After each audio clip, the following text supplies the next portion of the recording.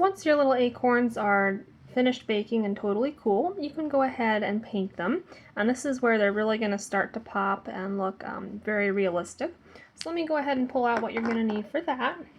You're going to need something to mix paint on, and I have here my old mix so I can get the colors right for this new batch I'm doing.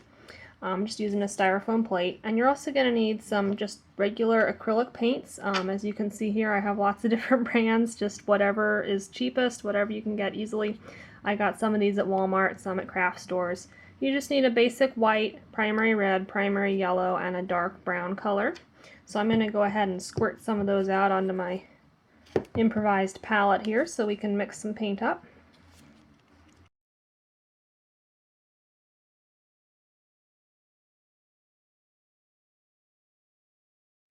Now we're going to go ahead and mix up our paint. And I did look at several reference pictures of different acorns online just to get an idea of what color I wanted to go for. I decided I wanted something a little more yellowish colored than this base clay, with kind of a warm reddish tint to it. So I'm going to mainly mix yellow, red, and a little bit of brown in there. But you can really do whatever color you think is going to look good for you. So I'm going to start out by making kind of a nice rich orange base here. Then we'll add a bunch of brown to that. I added a little too much brown, that got a little darker than I wanted, so I'm just going to clean off my brush and add some more yellow and red to that.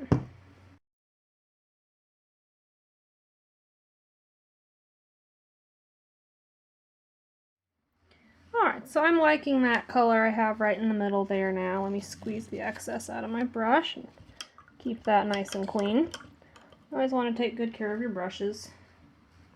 And now for actually painting it, I'm going to use kind of a ratty brush here because I actually want to get something similar to a dry brush effect or a thin glaze on these. So let me go ahead and just pull out one of our acorns. And I'm going to grab some paint here, not too much. I'm going to dab off the excess on my palette. And I'm just going to start almost just like glazing it here, not too much paint. And I'm going to move this white thing out of the way so that you can get a little better color going on here.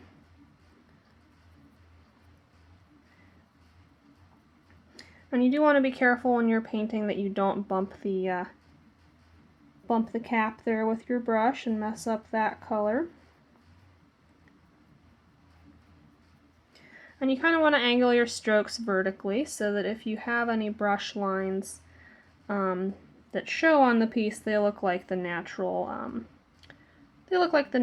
texture of the acorn instead of just paintbrush lines.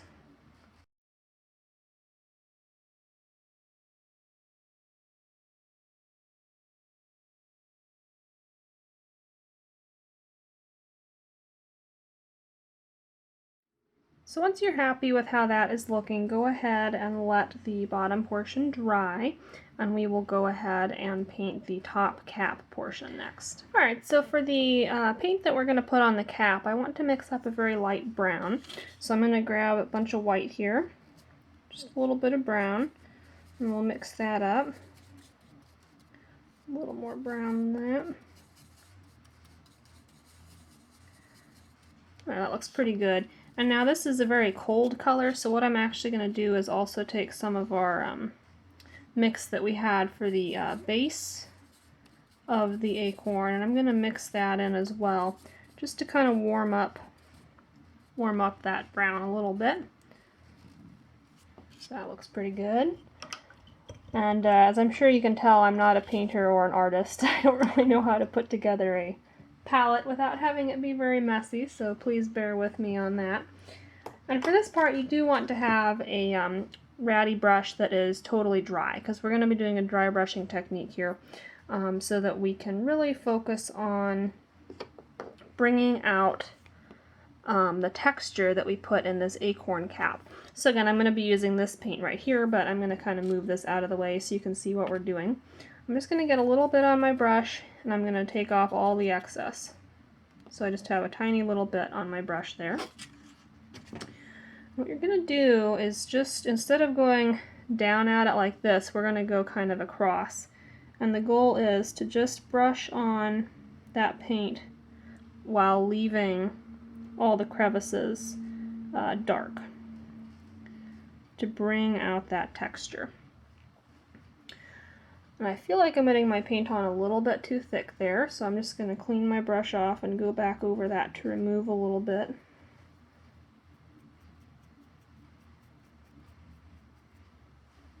So that was a little darker than I wanted it, or a little lighter, sorry. A little bit more opacity to the paint than I really wanted to be getting there.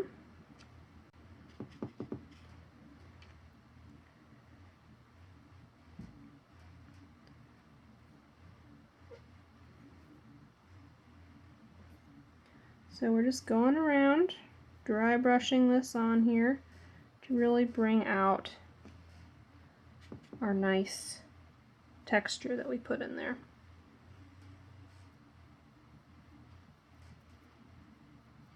And I just got a little bit on my Acorn. If you do that, don't even worry about it. Just get a brush with a little bit of water on it, and you can clean that right off.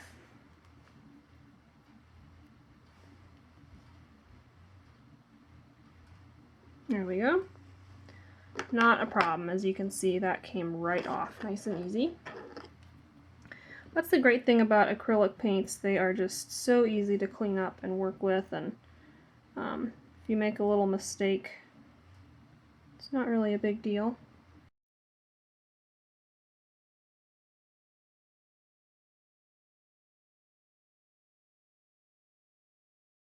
There we go. So I like how that turned out.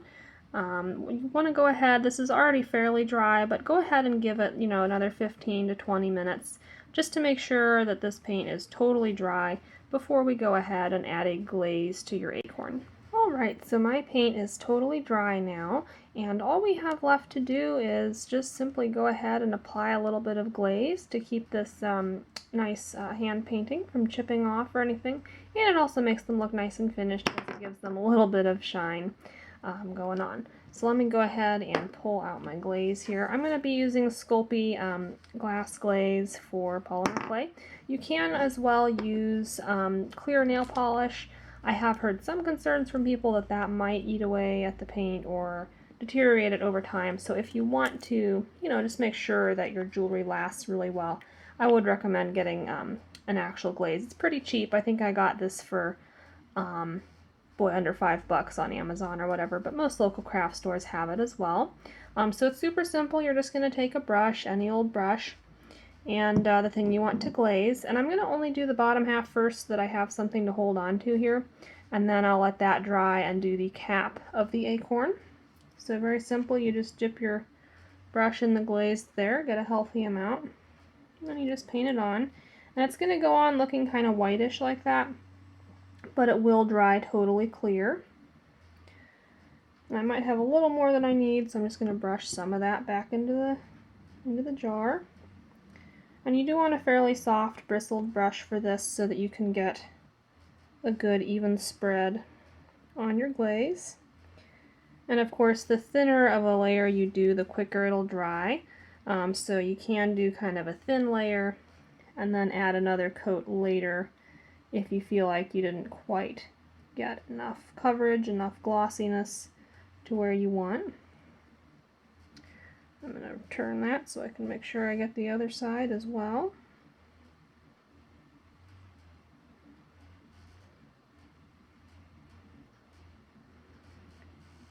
There we go, very easy. And again, I just did the bottom portion first, and I'll let that dry and then come back and do the cap. You do want to make sure you wash your brush out with soap and water right away before that hardens, or you may not be able to use that brush anymore.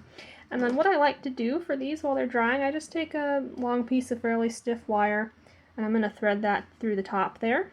And then you can just hang this inside of a glass or whatever so that it can dry without touching anything and getting that nice glaze messed up.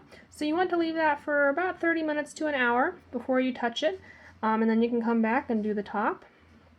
and then you'll be all set. So here you have your completed little acorn charms, and they are very cute, very versatile. To finish these off, I'm going to go ahead and add ear wires. You could as well just put it on a bracelet as a charm if you wanted to, or you could make it slightly bigger acorn and put a little bail on top, turn it into a pendant. Lots of different things you can do with this. If you would like, I do have tutorials as well, both on how to make your own ear wires and how to make a bail for this kind of pendant, so you can check out my channel to see those. But in the meantime, I really hope you enjoyed this fun little acorn tutorial. If you did, please like, comment, and subscribe. I do have more tutorials planned in the future. Feel free as well to leave a comment if you have an idea for a jewelry making tutorial you might like to see in the near future from me. Thanks so much for watching, and happy crafting!